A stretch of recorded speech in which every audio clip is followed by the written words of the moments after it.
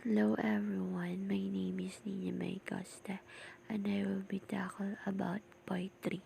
Poetry is since form can differ widely.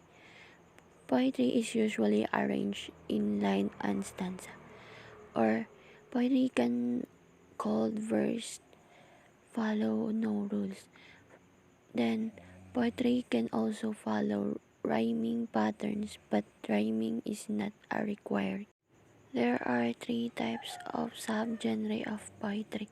The first is lyric poetry, narrative poetry, and dramatic poetry. The first subgenre of poetry is lyric. Lyric poetry expresses emotions rather than telling a story. The sonnet contains 14 lines and are usually written in iambic pentameter. The sonnets of William Shakespeare are among the most famous sonnets ever written.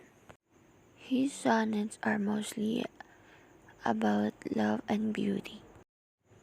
Elegies are characterized not by a set form or rhyme chime, but rather by a type of mood.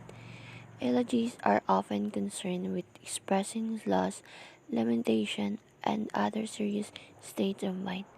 They are associated with sorrowful events like funerals and death. Odes can take many different forms but are devoted to exalting and praising a person, place, things, or idea. In classic form, the odes consist of three parts: the strophe, anastrophe, and epode.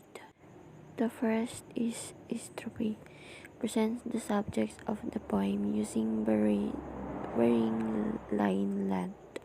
The second is anastrophe, follows presenting contracting materials or view on the subject.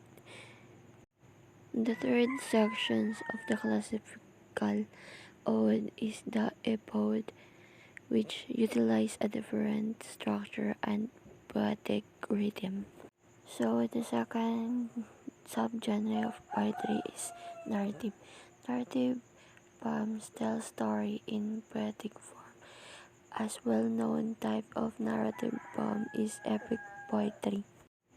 Epic poems are lengthy, serious in nature, and they recount heroic deeds and events occurring in a time before recording history. The Epic of Gilgamesh is the oldest known epic poem and narrative written in Mesopotamia around 3000 BCE. Ballad is more modern than most forms through its evolved quite a bit overall several countries. Ballads were about extraordinary individuals such as Robin Hood. Idylls poetry is typically short, but it still builds a narrative, and often a group of idylls will be stringed together to form a large story.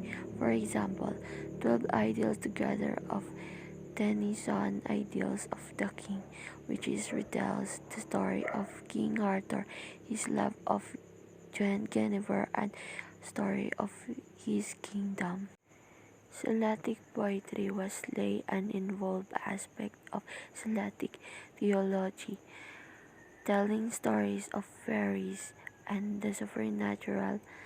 Lay poems always rhyme and rarely exceed 1,000 lines. So the third subgenre of poetry is dramatic poetry, also known as dramatic verse of verse drama, in a written work that both tell a story and connects the reader to an audience through emotion or behavior. Dramatic poetry usually appears in four recognized types. The first is soliloquy, second is dramatic monologue. The third type of dramatic poetry is character sketch. The first is soliloquy, where the character muse to themselves about something troubling them. The second is dramatic monologue, in which a character addressing someone but reveals something about themselves in the process.